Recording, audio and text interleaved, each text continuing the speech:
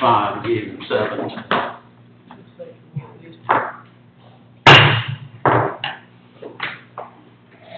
Good evening. I'd like to stand for the Pledge of Allegiance.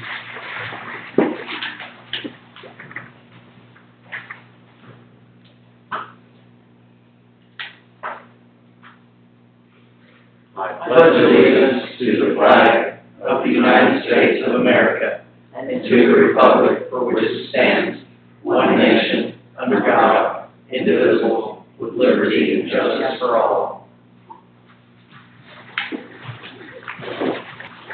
Thank you to all the veterans and their families tonight, and thanks for everyone coming. I apologize for the delay, but Councilman Dwight will be joining us shortly. Part of tonight's meeting is in reference to the Unified Development Code, with the revisions for official zoning map. Mr. Jerry White, I don't know if anyone has any questions, but he's the one that prepared it for the city, along with the maps that are up here that have been on display for the best part of 2 months here at City Hall. A few people did come in. We did make a few revisions on it.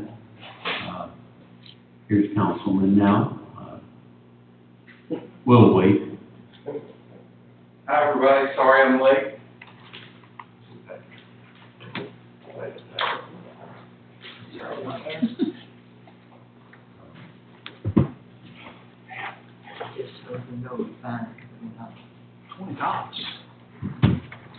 So, at this point,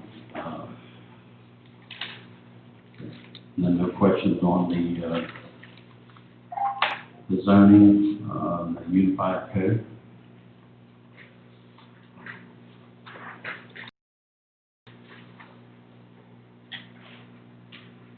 And I'd like to ask for a motion to accept the unified code and revise the official zoning map.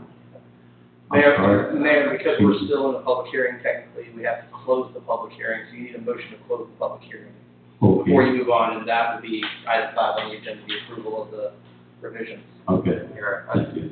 Yeah. Go ahead. Yes. I got a question on the UR. Now, I understand you got a UR zone. I need to know what we got to do to develop a 6,000 number of plots in a subdivision. That would be a good question for Mr. White. What you would have to do to develop it, if it's already zoned urban residential, then you would just approve, excuse me, you would file a subdivision plat. You would go through the platting process, preliminary plat, and once approved for that, you get a development permit to develop the property and build the roads and the water and sewer lines and storm drains and so forth.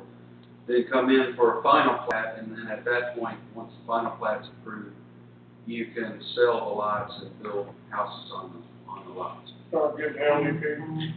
The LDP would be after a preliminary plat Okay. was approved on the property. Well, what's the density?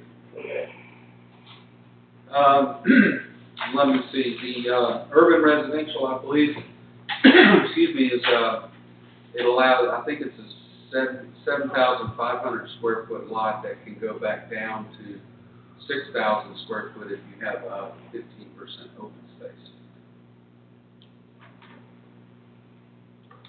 Can we get a copy of all those regulations? Yeah, the city has a PDF copy of the code, and you can contact the city clerk or assistant city clerk for a copy of it. Okay. It's publicly available, it's public record. The zoning has been done, right? Well, that's part of what this is all about tonight, is to accept this and move to the next step. Okay. The one on the left there is the zoning map. The one on the right is a vision, if you will, of what the city might look like by 2040, with the idea, of course, as things change over time, you can change with it if necessary. So I believe you're talking about the Holiday property. Right. So it would actually, I think, the one on the left, correct? Eric? Right, the left is the zoning, that regulates it. But, so if you know, contacted us tomorrow, I can give you a card and we can make sure that you get a copy of the Okay. We'll do that. information. So, well, per counselor, we need a motion to, close. You have to call it, okay. As well. I believe it's section, or table T1 of the UDC. I spoke with Jerry Weiss about this earlier.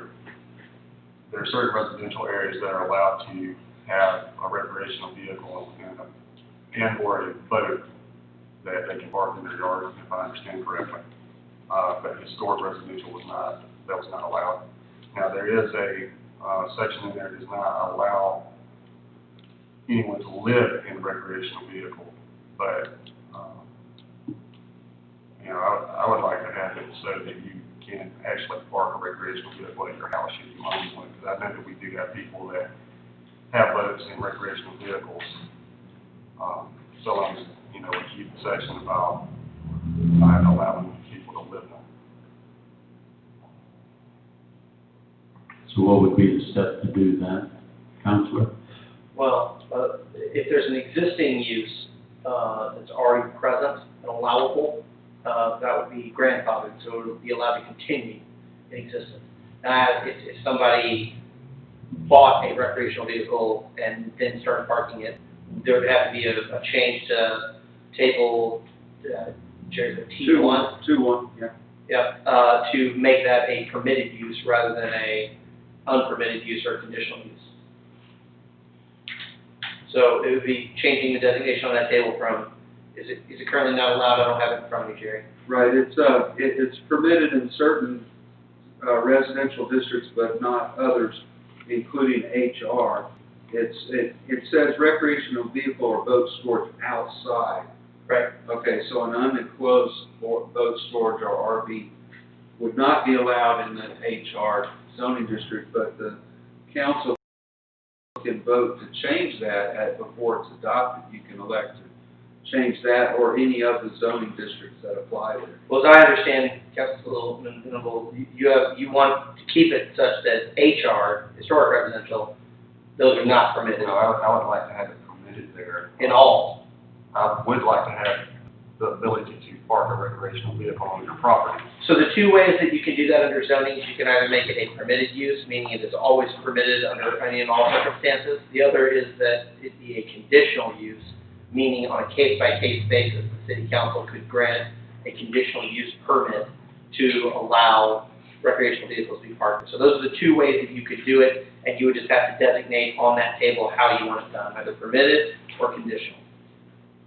So would it be proper to, if we agreed on the UDC as it stands, other than that, then making a motion to accept the UDC with that That's change? exactly how you would do it. You'd specify the amendment in the motion. Okay. Thank you. Any other questions at this time? Okay, can I have a motion to close the public hearing? Make a motion. Second? I'll second. All those in favor? Motion carries. So then, I guess what we're looking at is approval with the condition. Well, it would be, according to the agenda, Mayor, number 4 is the resolution to amend the joint comprehensive plan. And then number 5 is the adoption of the Unified Development Code and official zoning map. I think it's in number 5 that you're getting at. Am I right on that, Jerry? Correct. Yes, sir.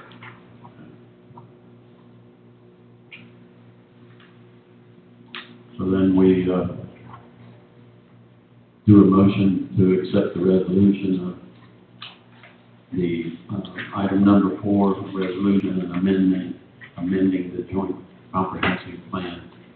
That's correct. Okay. Do I have a motion to accept the resolution 20-008? Motion to approve. Second. Second. All those in favor? Oh, motion carried. All in favor? Okay, now on the adoption for Unified Development Code, that would be with the exception, Councilman, you have that, exception, the number related. I didn't write it down. Yes, sir. Make a motion to approve the UDC with the changes to table 2-1 to allow recreational vehicles and/or boats to be parked, openly in historic residential areas. Can I add a friendly amendment to that and make it conditional? I mean, would you accept that, or do you just want RVs to be included in the historic district altogether? Well, What's the condition? I think, well, a conditional would mean everybody, anytime somebody bought a recreational vehicle or a boat, they'd have to come back to the council for a vote for approval. So you'd have to get a conditional use on that. The historic district, to me, you know, mind you, everyone, I think, kind of knows that's a pet of mine, in history, but the historic district, to me, typically has big enough lots, especially in the back areas, to where if people have existing RVs or boats, or they buy an RV or boat, they can park it in the back area.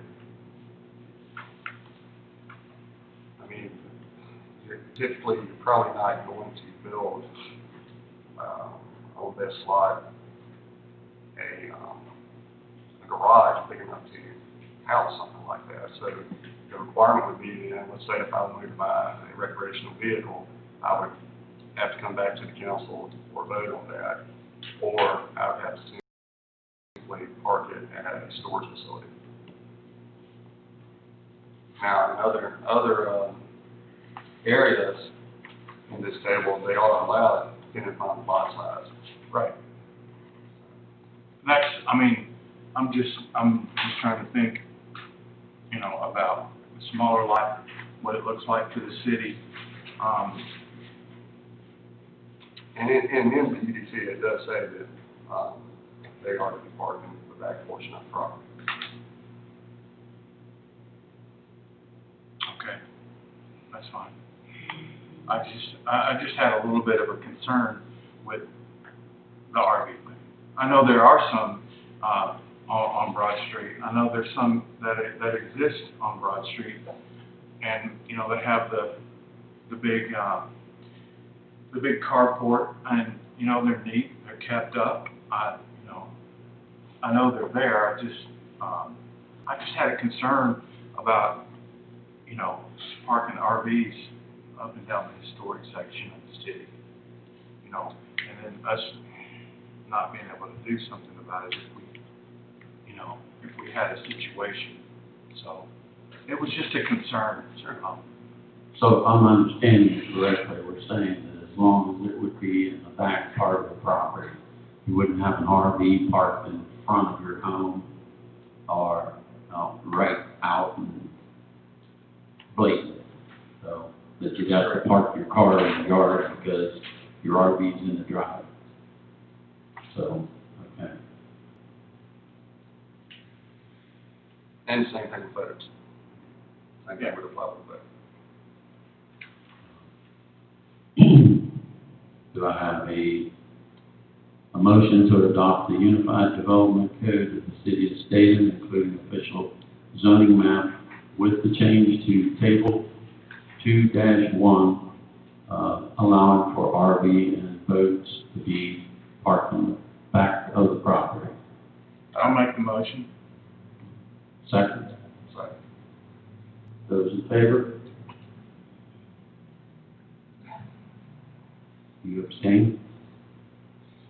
No, Okay, so 4-1. I have to agree with Dwight. I don't think we should have the RVs and the boats and the trailers sitting out in front. And we say they have to go in the back, but we know better than that. We know where they're gonna end up. I would say if it's included in the code, that it will be enforceable. Correct? Yes, sir. Okay.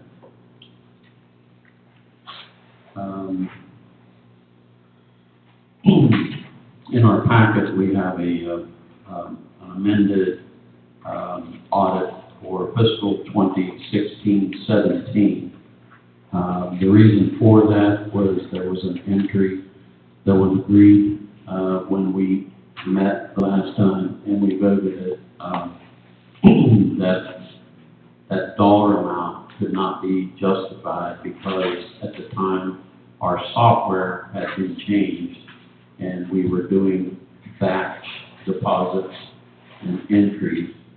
So there was no way the auditor could verify each of those individually, but it was found that it was because of that batch, and there was no entry at the bank that was correlated with that entry. So therefore, the auditor has accepted it as being removed, and this is why the council would have to reapprove the amended audit, and then it can be sent on to the state. Anyone with questions?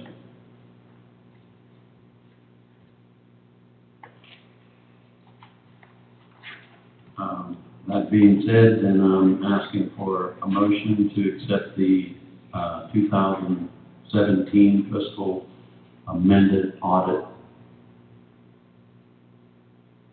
I'll make the motion. Second? Second. Those in favor? All in favor, motion carries. Also in your packet, there is a contract for an auctioneer to take care of the auction for 1921 Broad Street.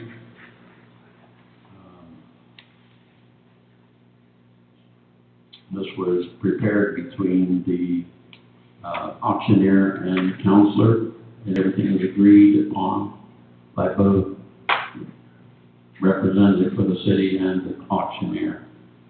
So I believe that date is set for, is it the 4th? 25th. August 25th. August 25th. August 25th.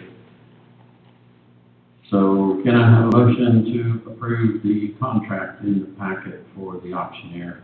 I'll make a motion to approve the contract. Second? I'll second. All those in favor? Motion carries.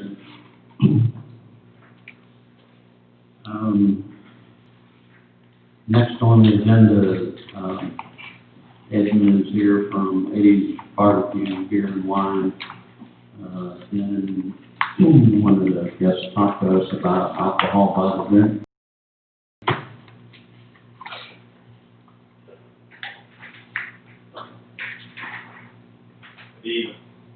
Good evening. But he did not bring samples. Just come with an update that everything's rolling good. It looked like we could be all set up after tonight. Once we get the license from here, the state's waiting on it. And hopefully 4th of July, they'll have a little bit of fun.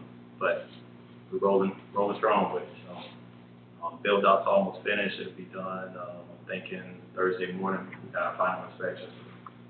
Move along. Okay. Does that require a vote, Counselor? It does. The city council must vote to approve the application and issue the license. Okay. Do I have a motion to approve for Eddie's Barbecue to sell beer, wine, and alcohol by the drink? Motion to approve. Second? I'll second it. You have a question? I'm sorry. Oh, okay. All those in favor? Motion carries.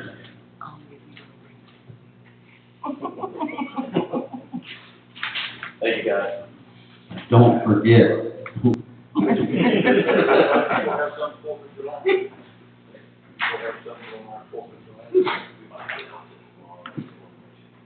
Also in the packet, we have a contract for Waste Pro to continue as our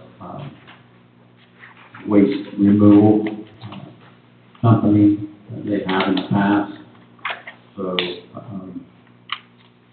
don't know if you've had an opportunity, but it's, as the counselor has reviewed it, pretty much what other municipalities have, and with a few little tweaks that he was able to agree with Waste Pro representatives. So they're good with it. Can I have a motion to accept this contract for the city of Statham? I have a question. Yes. I didn't see last year's contract. Are there any changes between last year and this year? There are a few. The biggest change from my perspective was a change to the term of the agreement. Georgia law requires that, not requires, but it prohibits a council from binding subsequent councils. So you can't agree to a contract that would outlive the election of the current council. So the solution to that is, this went from being a 3-year agreement to a 1-year agreement with automatic renewal provisions, but we can terminate it, or Waste Pro can terminate it by providing 90 days notice prior to the expiration of the existing term. So that way, a subsequent council can stop the actions that were agreed to before they were elected. That's really the biggest change. I've dealt with Robert Wolcott, Waste Pro, on several of the municipal contracts. He had absolutely no problem.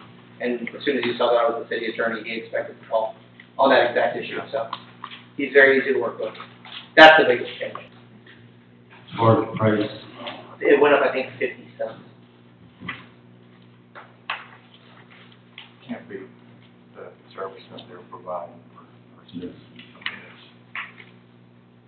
And any rate increases are subject to council approval, by the way. So is the rate spelled out in here? Yeah, it's on Exhibit A, so it's the last page. You'll see at the very bottom, the monthly rate, the one-time week curbside residential garbage in a 95-gallon container, and bi-weekly recycling collection, $16.50 per month. So that is garbage and recycling. Okay. Oh, that's great.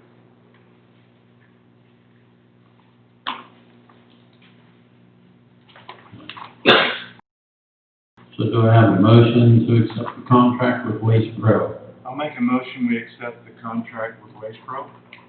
Second? Second. All those in favor? Motion carries. At this time, we need a motion to go to executive session. Make a motion to go to executive session for personnel. Second? Second. All those in favor? We'll be back in a few minutes. Okay.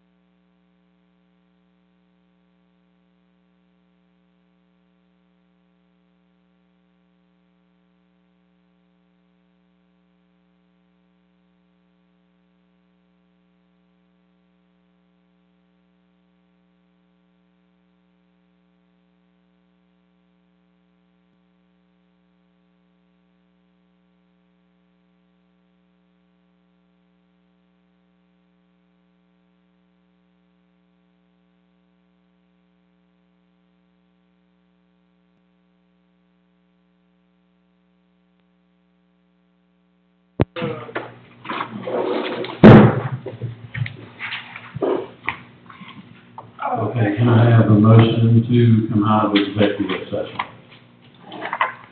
Okay, second? Second. All those in favor?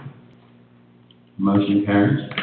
The mayor and city council of the city of Statham adjourned into executive session to discuss matters protected under the Open Meetings Act, specifically to discuss the employment, hiring, firing, and review of potential city personnel. No votes were taken during the course of executive session. No official actions were taken.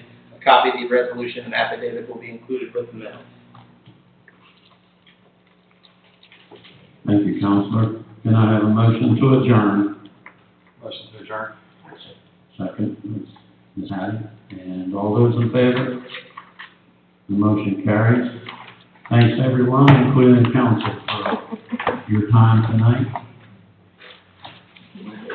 Who got paid so many dollars?